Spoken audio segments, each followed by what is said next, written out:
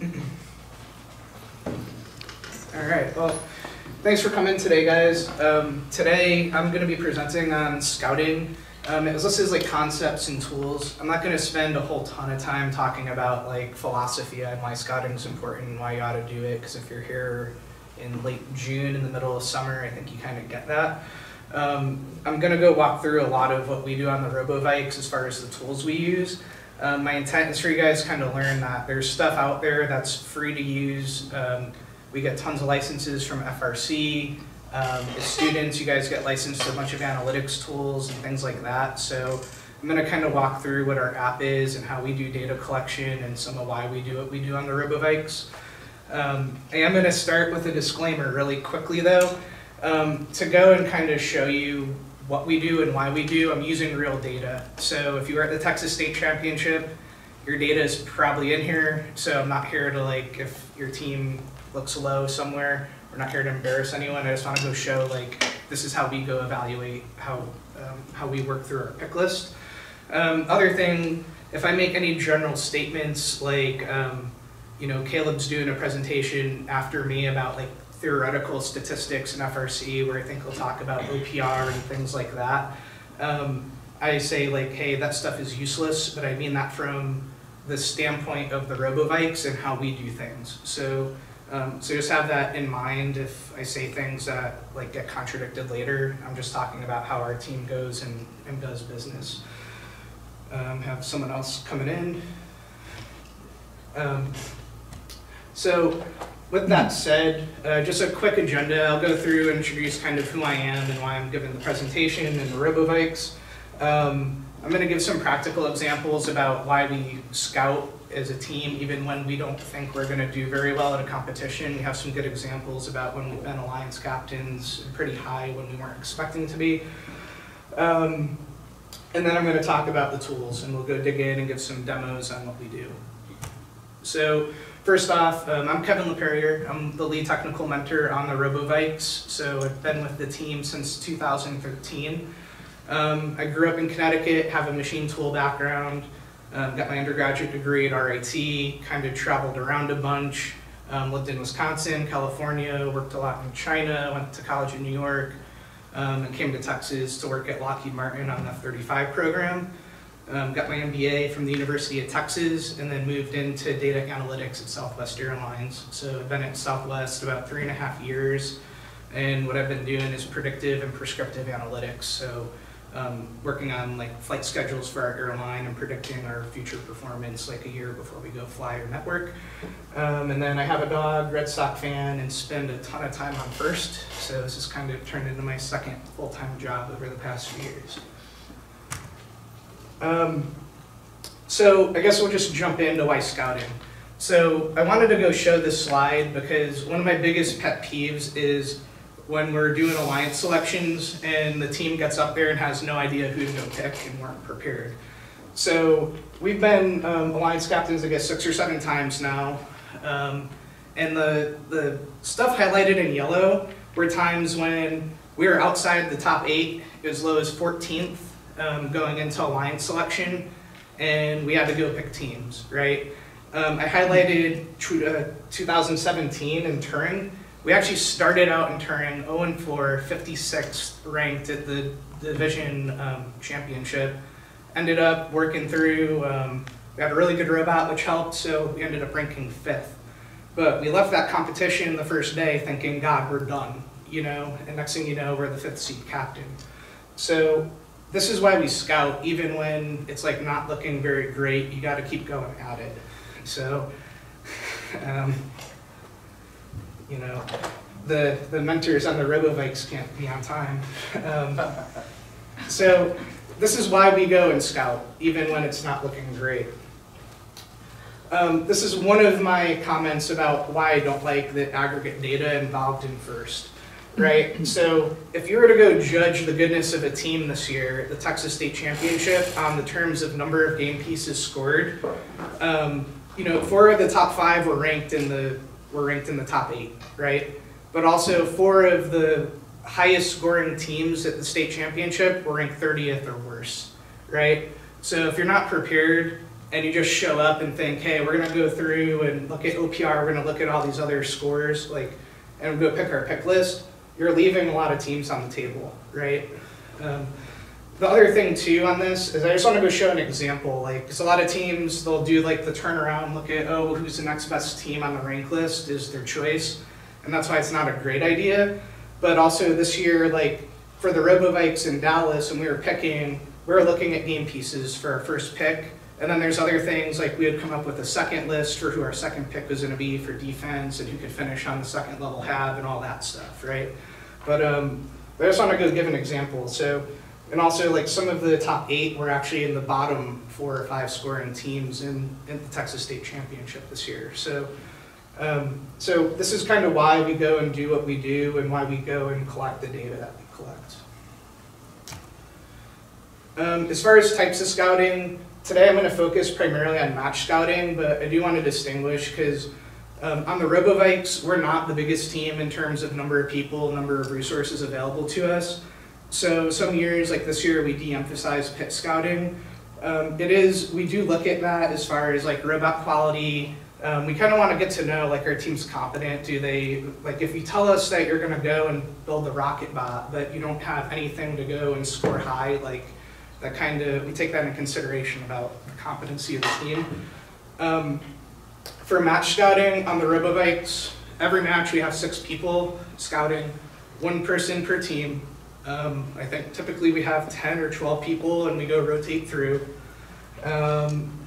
We record primarily scoring opportunities. So every time someone scores, we know if you score a hatch panel, we know where you score it, if it's a high goal, low goal, cargo ship, we know where you start, where you finish. So for us, match scouting is all about the data collection. And one of the things that I don't get into on here is you gotta treat your scouts well. Like I think this year I kind of take the heat on not doing that with our team. We had like people scouting for 5 hours straight, but that's not done on purpose. So I'm not going to get into the cultural things on that. For the Robe of Ikes, we're very strategic as a team. We haven't been a team that could just come out and say we're going to go build everything every year. So that actually helps us prepare to be competitive by the time we get to competition for a few things, even in scouting. So we start thinking about scouting pretty much the 3rd day of build season. So the first day, we learn all the rules. The Robe of Ikes in general, everybody on our team knows all the gameplay rules. We know how to score, how to get penalties. We know the robot rules inside and out. Then that Monday is typically an off day at our school, and we've done everything from build simulators about different types of robots and how the game's going to be played, and we have a really good idea, like the day after kickoff, about what teams are going to do, what they're not going to do, and that helps us start thinking about scouting.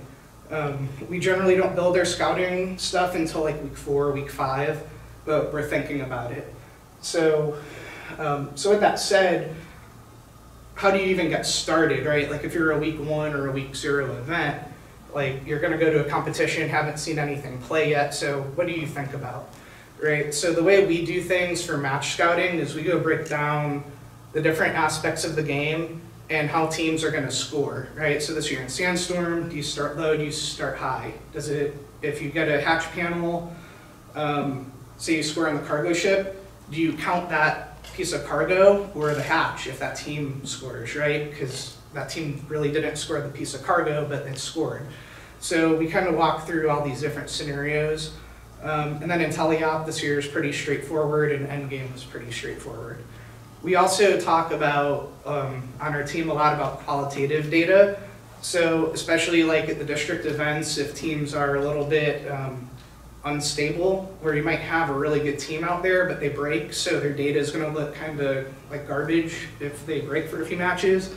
So we do keep track and rate every team at the event, like from a 1 to 5 at every match. So that way we kind of go see like, hey, are there teams that we think are good, but maybe their data is skewed a little bit? So we do that, and we also look at free-form text. So if we're trying to go evaluate the team, usually we have like a sentence or 2 about what they did in a given match if their data doesn't look great, or if they look really good. I kind of ran through that super fast. Anyone have questions on any of kind of the general why scouting? Because I'm going to go jump into some tools here pretty quick. But if you have any questions, just stop me. I'm also a yank, so I talk really quick. But with that said, the big piece that I want to get out there is that there's a lot of cool data, right? So that chart I showed you earlier about game pieces scored, like we built that in 15 seconds just to go make that point. The stuff that we use on the Robe of Ikes are Google Sheets, AppSheet, Alteryx, and Tableau. So what we do is we go and draw out kind of a paper form on all the stuff that we talked about for scouting. So like, what do we want to go do for Sandstorm? How do we want to go judge teams for teleop, endgame, and all that? And we'll go whiteboard out kind of what the form looks like. And then we jump into AppSheet and Google Sheet. So for this year, this is kind of what we sketched out on the whiteboard and turned this into an app. And the cool thing with AppSheet is it's a no-code platform. So this isn't like a native app anywhere. You just need to know how to go feed it. Like I'll show you how this interacts with Google Sheets. But this is no code.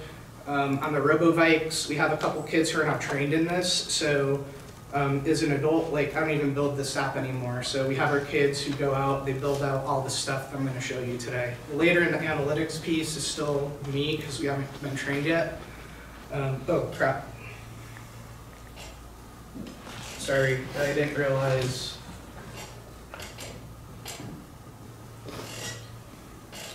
Sorry. So this is what our app is. And this is what we go and we kind of whiteboard it out, right? So, and this is what I'm telling you, it's no code.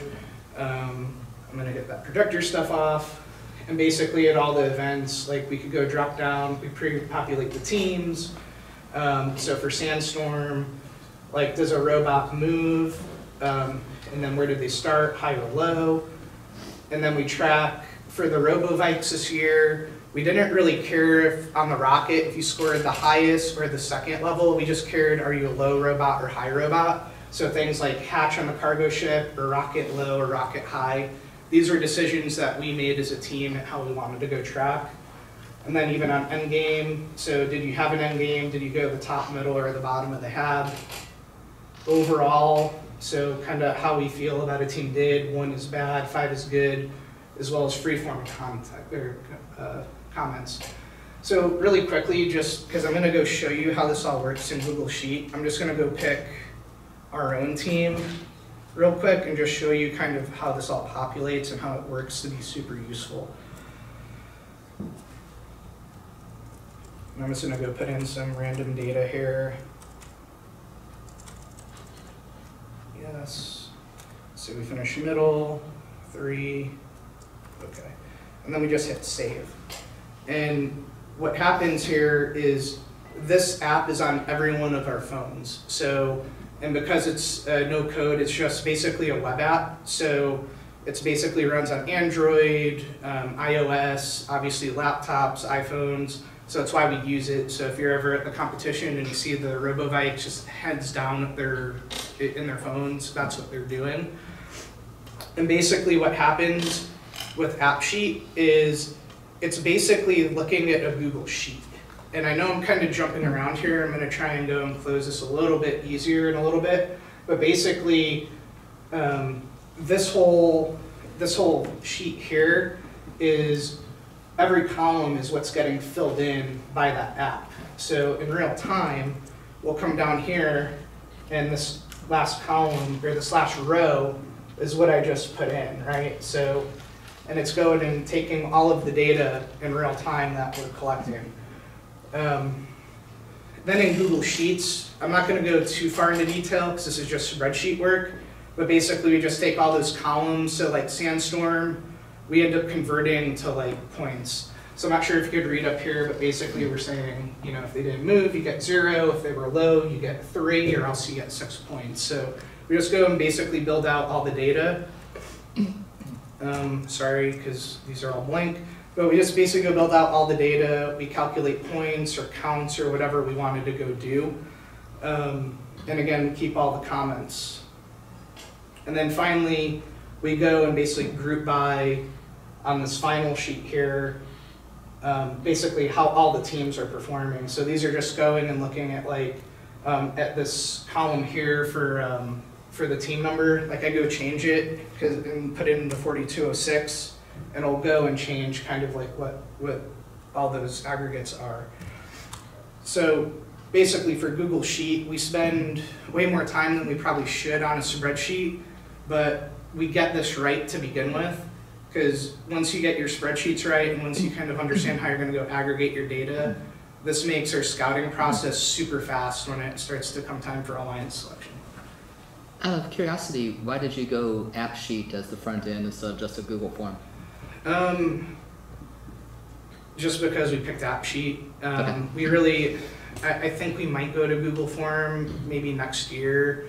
We'll see. But I did like how App Sheet, I'll show you some of the other functionality, and I'm not totally familiar with Google Forms, but in App Sheet, you could also start taking all of those different aggregate sheets and go and come up like with different statistical interfaces. So like here, like if we're getting ready for a pre-match with a team, we could come and sort by what are you doing, like either look at the team number, or we could go start looking at kind of just go sort by like who's scoring the most hatches, cargo, total. So I don't know if Google Form could do that, but it's just why we went into App Sheet. Yeah, that's extra functionality. I was thinking if you're just using it as literally a input mechanism, then why not Google Form? But yeah, that's more cool. For App Sheet, in order to submit the information the scouts are sending, do they have to be connected to Wi-Fi or cellular? No, it could be on cellular. The other thing too, App Sheet will go and keep all your data local. So if you walk out of the event, so like at lunch, you could go submit it all. Here in Texas, we've been doing this now for 2 years. We haven't had an issue at any of our events with getting the cellular data. But yeah, it's just like using your phone. So just like Safari or whatever on iOS. And it does basically, it gives you like an app to go install. So that you have like this App Sheet app itself that runs in the background, and then you kind of, it's just like any other app on your phone. You just go click on it and it pops up, but it's all, you can do it on cellular. Anything else so far? Okay. The other cool thing with this is we do look at the raw data. Maybe this might be something in Google Form, but so like this, there's like search functionality, right? So I'll come into like 4206. So I'll pick on my own team. So if we're like getting ready for a match, and you're a team that's telling me like you go score 5 or 6 pieces of cargo, but my data is telling me there's like you're doing 2.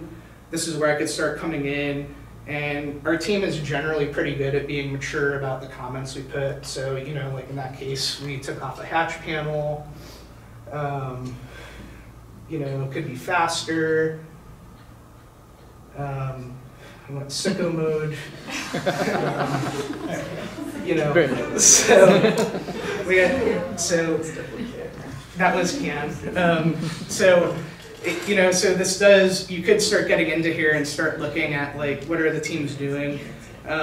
We are, I'm gonna say like I'm a pretty lenient guy in terms of being like the mentor and all that stuff, but we do take this stuff seriously. Like that's why I did give the disclaimer earlier, because I'm afraid like, God, if I show something and there's a comment in there about a team, but we are generally like pretty honest and pretty good about what we do in here. So, which makes it good because we're not like joking around. We are reading through this stuff, and on top of it, like myself and the drive team, we're looking at this every match, so we're able to go correct our scouts when we need to pretty immediately. So. So that's about what AppSheet is, and how you set this thing up is basically, this is the interface. So well, I guess I could just show you, like, we have multiple apps. So to start with, you sign up. You do need a premium account for multiple users, which is why I'm saying maybe next year we might move away because they did increase their prices. Like, I think I was paying like $1 a user last year, and now I think it's going to be a little bit more expensive next year. But basically, we have like right now 3 apps. So we have like a testing app. We basically stole cheesy parts, if you guys are familiar with that at all, for like part management and stuff, for part numbering, and then our scouting app. So what I do is I just come in here. You do sort of have your phone interface that you could be playing with to go see how everything's working. And the key to this is you're really just going and connecting to different data sources. So you'd come in, I'm not gonna go connect to like a different sheet, but basically like you'd come in and pull several spreadsheets in, or you could go, if you have like a SQL server on the cloud somewhere or whatever, you could go pull that into this app. We like using Google Sheets just because it's easier for us to set up. And what's going on in here is basically you have your list of tables. So we have the logic table, which is where I'm calculating, like that was the sheet that I showed you in Google Sheets that said, hey, 118 scored 50 hatch panels or whatever. So I'm using the logic to go and be able to sort by what teams are doing better on my phone and be able to go figure out like what they're doing in aggregate. And then data entry is that records table that we're actually going and editing, right? So like I showed you earlier, how you start entering in team number and data, that's what's coming into the app sheet on this page here on your right. And then the way like for dropdowns, and I'm not doing this as like a full in-depth tutorial, like if any of you want to meet with me and talk about this, I'm happy to. But when we come into like setting up, you come in, you can pick like columns, because remember this is just filling out a row of data and filling information in every column. So for like team number, what I don't want to have happen is someone fat finger like 148 instead of 118. Right, so I basically give it the option, and you could go type a number in, just like I did there, or you could just go and click on like 118 or whatever. And the way that works is in this columns field on app sheets, you could come in and start looking at like, in this case I'm doing an enumeration, and we come in and we manually enter all the teams at a given event, and that's how we're able to go do our drop-down menu. There's other things in here like Sandstorm, like did they move yes or no, then high or low. We could do things like Sandstorm type, right? Where I only show that if the answer was, did that team move? If it's yes, now I give the option for high or low. If they don't move, we just assume it's a 0 in the spreadsheet for when we're doing our calculation. And then there's ways that you could actually go make these like Sandstorm move, SS type, like you could go make those actual questions. For us, we kind of just got lazy this year. And the other piece of this is with scouting, you got to train your scouts on how to use this information. So like the example I gave in Sandstorm about like if a team scores a hatch panel during Sandstorm with a piece of cargo in it, in Plano, half of our scouts were counting that piece of cargo, the other people weren't, right? So as you start working through this stuff, you got to go think all that through on the training aspect. So for us, we're able to go through this in detail with our scouts, so they're able to understand what they're doing and what you're trying to get out of it. Any questions? So at this, that's how we set up our data collection. Is there? Yeah, question over. Sorry. If you buy the premium sponsorship, the premium subscription, is it per month to pay? Yeah, it's like per month per user. And the other thing with AppSheet, I know I kind of jumped into the demo. They do give a 50% off discount for basically for nonprofit. So like we get half off. So this year, I think it worked out to, I think it was like $1 a user. And I think at one point, at the most on our team, we had like 25 users. And the other thing too, you can turn it on and off. So that's why I'm not sold that we'll totally switch from it or not. The reason why if we were to switch is because I have other apps that we use year round, so I might try and find a cheaper solution for that. But if you're just using it for scouting, you can go turn it on for the 2 months and it's like really not bad. So And out of all the tools I'm going to show you, this is the only one that we have to pay for. Everything else you guys could get with the student email address, through FRC, or even like with Alteryx, you could probably just email them and they'll give you a license. So with that said, we kind of walk through Google Sheet and how we go and do all those calculations. I'm just going to delete out this dummy record. And I'm going to show you another tool here. This one I'm kind of hesitant to get into too much because it's a little bit confusing if you've never seen it. But there are aspects of, so I'm trying to zoom out of this thing. I may not be able to. But this is a tool called Alteryx. And what's going on in this app, this is more like, I have a feeling like this is going to end up taking over like Excel at some point. And the only reason I'm really showing this to you guys is if you have any interest in going into analytics and want to make good money, learn this app. Because at Southwest, when I'm hiring, I am control F'ing through all of my resumes I get, looking to see who knows this thing. But what I do, because I'm not a programmer, but I am familiar with how to capture data, we know what the teams are doing and how they're scoring. We have a good idea on who's good and who's bad. But what I don't know in a one-stop place is the stuff like how are teams ranked. So like, are you ranked 50th or are you ranked 5th, right? Because when we're in our scouting discussion, if we're ranked 20th, thinking we're going to be the 8th seed captain, I'm probably not going to talk about 148, right? Like, we're going to be trying to figure out who are those teams that we could go and team up with and maybe go surprise some people. So what this app is doing here is I'm basically pulling in the Blue Alliance API. So I basically come in, say, hey, I want to go download all this data. And I do a bunch of stuff here. So convert from, pull all the data. It comes in a JSON format. If you're familiar with that, great. If not, it's just a format that's out for data. And I come in and make it usable. And basically what happens is I go and clean up all that information, and I get all this from the FMS or the Blue Alliance. So I know kind of the rank, the team, how many matches they played, wins, losses. The other thing I pull in with this that we didn't use this year is sort of like match level data. So in this case, this is like match by match. So the Blue Alliance, what their scores were. Oh, actually, never mind. I did a bunch of other stuff in that, but this is like all the match data. So we didn't find a use for it, but I'm just showing you could go pull that all from the internet as well if you know a little bit about how to use APIs, but I'm not going to get into that too much. But I use this tool just basically go join in all of our Google Sheet data that I showed you earlier.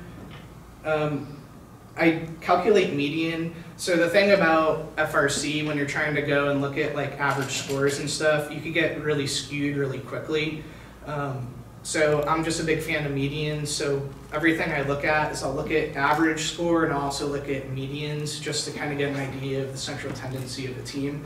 But I don't know how to do that in Google Sheet, so I kind of use this fancy tool just to calculate a median.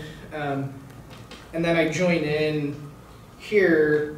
Basically, I calculate my medians, and then I bring in what the team rank is in this third column, and all my other aggregate calculations, and I output this into a Tableau workbook.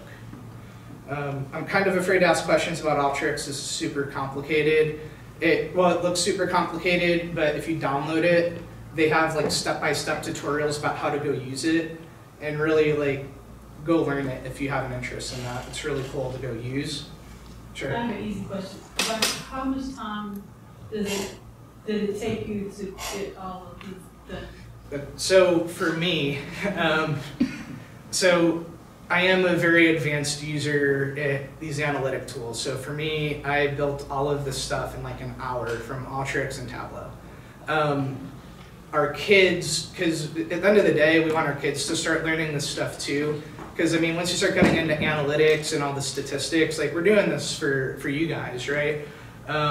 So basically, I think it took our guy Cam probably 2 or 3 days to go and set up the Google Sheet and go work through and learn AppSheet. So that piece of it isn't too bad, but there is a bit of a learning curve, but once we taught the kids to go do that, it was pretty easy.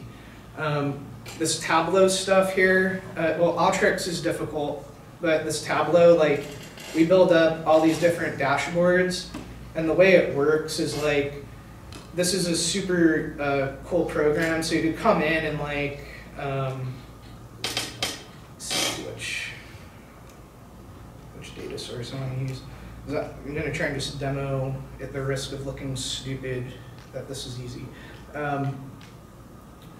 So like, for me, I want to know like the rank of teams. Let's see, I probably might want to know, let's say average hatches, and then I want to know what all the teams do. Because a lot of this is just drag and drop, so I want to switch these around. But now I could start getting an idea of, you know, the average hatches and rank, and there's other things you could do in here. So Tableau is something also that you guys get for free, but there is a little bit of a learning curve, but it's super helpful. So on the Robe of Ikes, a lot of what we do is we start looking at this sheet here, right? Because we want to know, at this point, I know what the ranks are, I know what the teams are doing by cargo, I know what the teams are doing by hatch panels, I know the maximum end game. So on this one dashboard, if I'm trying to go and figure out a pick list, we could start figuring out where we want to go.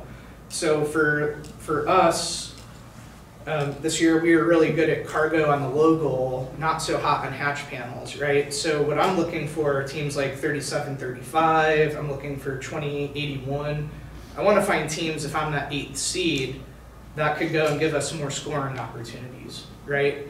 And then for like a second pick, down here, this is the maximum end game, right? So these teams that are scoring 12, that tells me at some point, somehow these teams got up on that high level, right?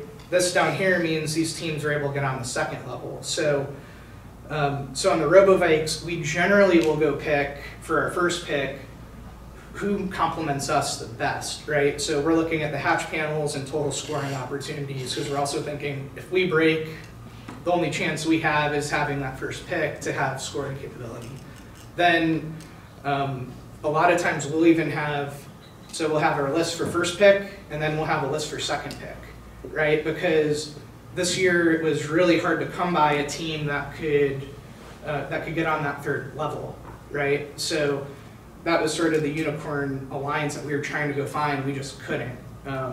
So what we might do is like a team like 18-17 this year. A great defender gets on that top level, right? So if we were earlier in the season, they might be a team that would go really stick out to us as a team we want to go pick. So we'd start focusing a lot on endgame.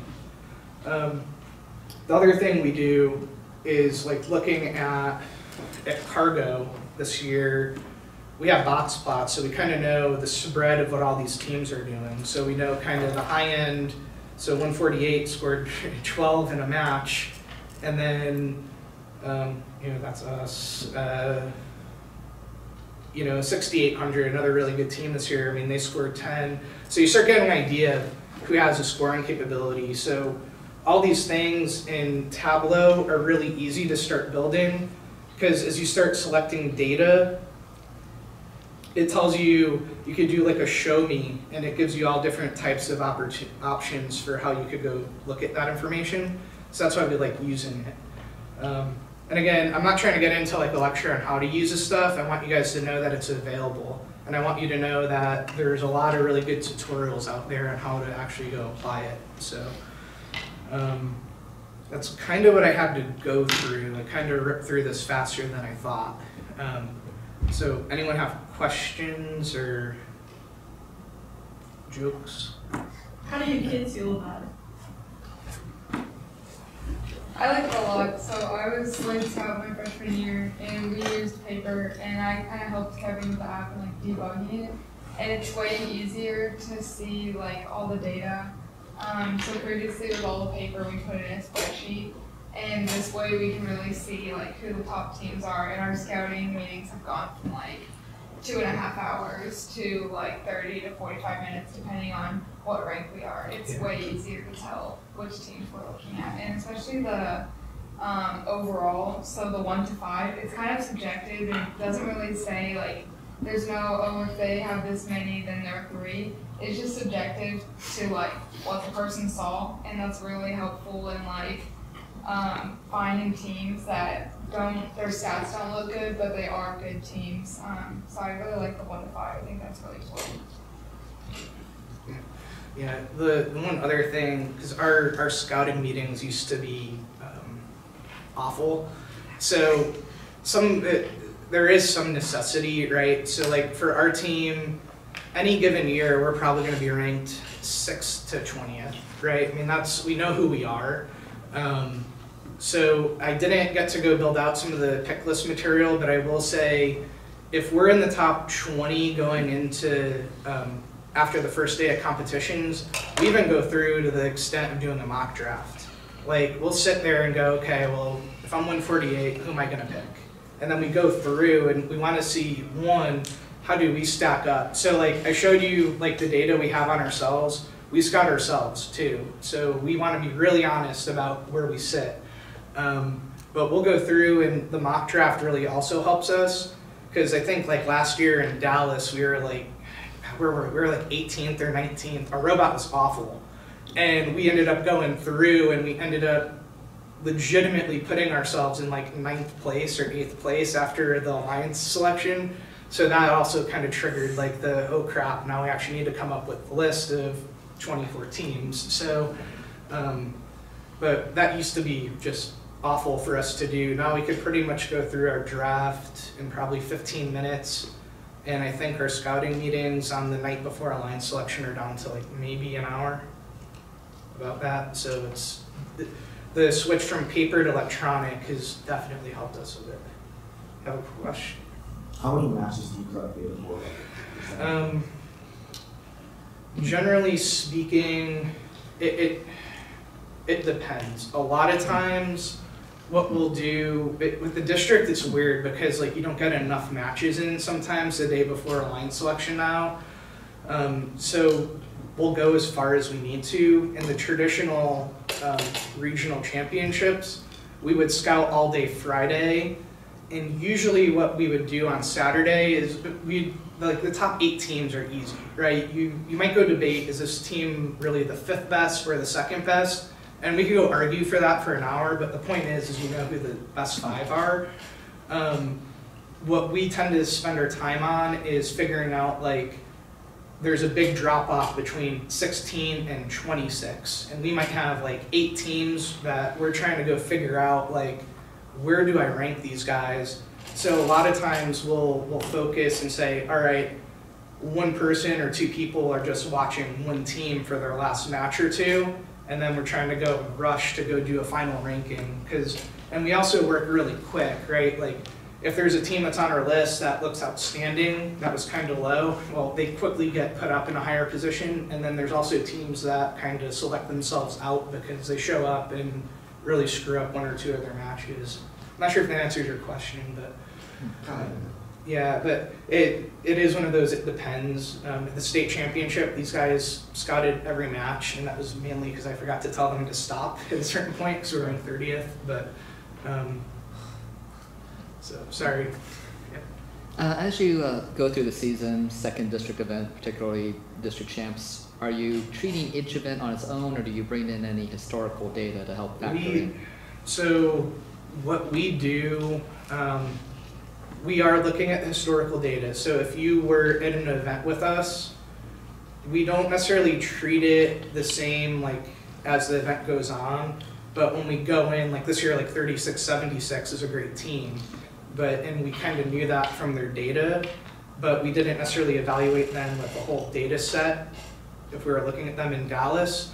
But we kind of know, we want to know like who the good teams are, right, before we even get in. And we are kind of thinking about, okay, what matches should we win? We are thinking like, man, like who do we go and surprise, like with defense, if they're not even expecting it, if we can convince someone to go do it. But also like teams change, right? So in 2017, we won Dallas, and we were a good robot. When we got to Alamo, we added another whole mechanism to our robot, and we were just a totally different animal. So there's things like that, where as the season goes on, teams are gonna go evolve, teams are gonna change. I'm interested to see how the out-of-bag time works this year, because I'm suspecting teams might totally redo what they're doing. So we look at it, but when it comes to the actual scouting, we want to know what's going on at that particular event. You have a question or anything? Yeah, have you ever tried or considered looking at Excel for doing some of this? Because it's got a lot of statistical capability. I've used a lot and I barely scratched the surface, but as a one-stop place to do all this? Yeah, well, part of it is our school. So like we literally didn't have Microsoft Office at our school for the robotics team computers. So yeah, I look at it, but I kind of like Google Sheet because it's the cloud-based stuff. And with how we're collecting that data and adding it in real time, I think with Microsoft Office 360, it does have some of that cloud-based stuff, but Google is kind of, probably the best at that right now. We are looking at potentially building our own native app. I don't know if we want to go take that on, but there's things that we could go do. And then the reason why we use Alteryx is just because that's my life now. So I could go in and start figuring out, like there's R, you could go do Python code in there if you want to do deeper stats. So that's kind of overkill for FRC, but it's just, I could go build that stuff super fast. So as I kind of sleep thinking about it, so. You said your kids, everybody gets a team, so I only got like 6 or 7 kids on the team. So they're constantly doing stuff all the time. Yeah. So how many teams does an average scouter get, or is it just one scout? We typically, so our team, we generally bring anywhere from 25 kids to a competition. So the other reason why I'm like comfortable actually showing you our data is because like this year we shared with 4610, right? So something else you could do, and one of the things that I would like to go see happen more, well, first I'd like to see get a little bit better and be able to track robot level performance, so that way we don't need to go through all this and could just go connect to the internet. I don't think that's going to happen. The other thing is if you do get a couple teams that are thinking this way,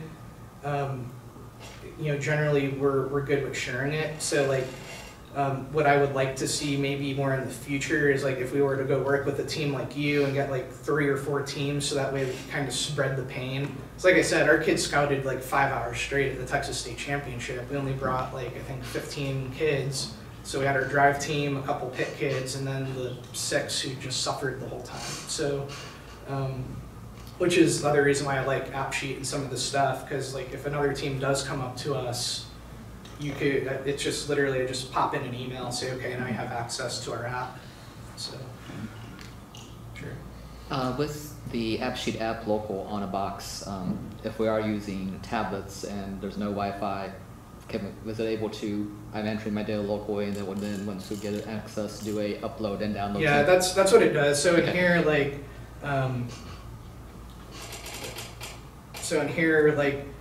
you have a save button, and if you're connected to the internet, it goes and loads it. But if you don't, you have the sync tool.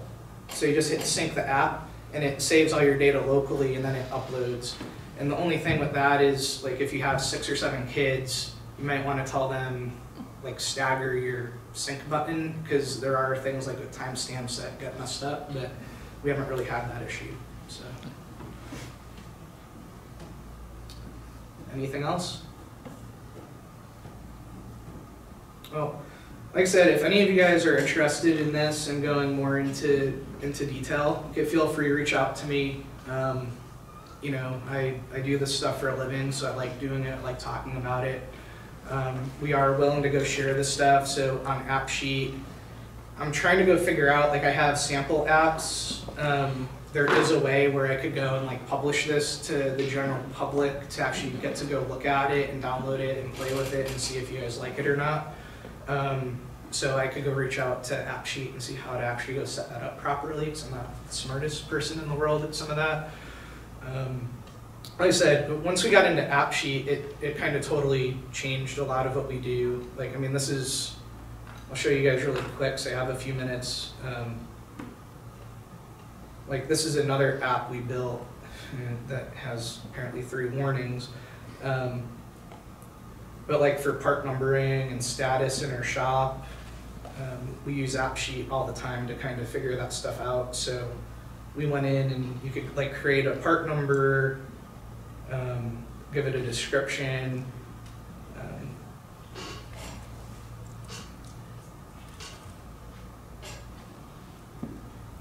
And then I basically have all the logic to go give like unique part numbers and assembly numbers. So once we got into this, we got really good at it because there's a ton of different opportunities. So like I just created that part number, and you could go give it status and all sorts of stuff. So like I said, I kind of eat and sleep this stuff. So I'm definitely happy to sit down with anyone who's interested in seeing some of it. With that said, we're done like 10 minutes early. So, all right, thank you guys.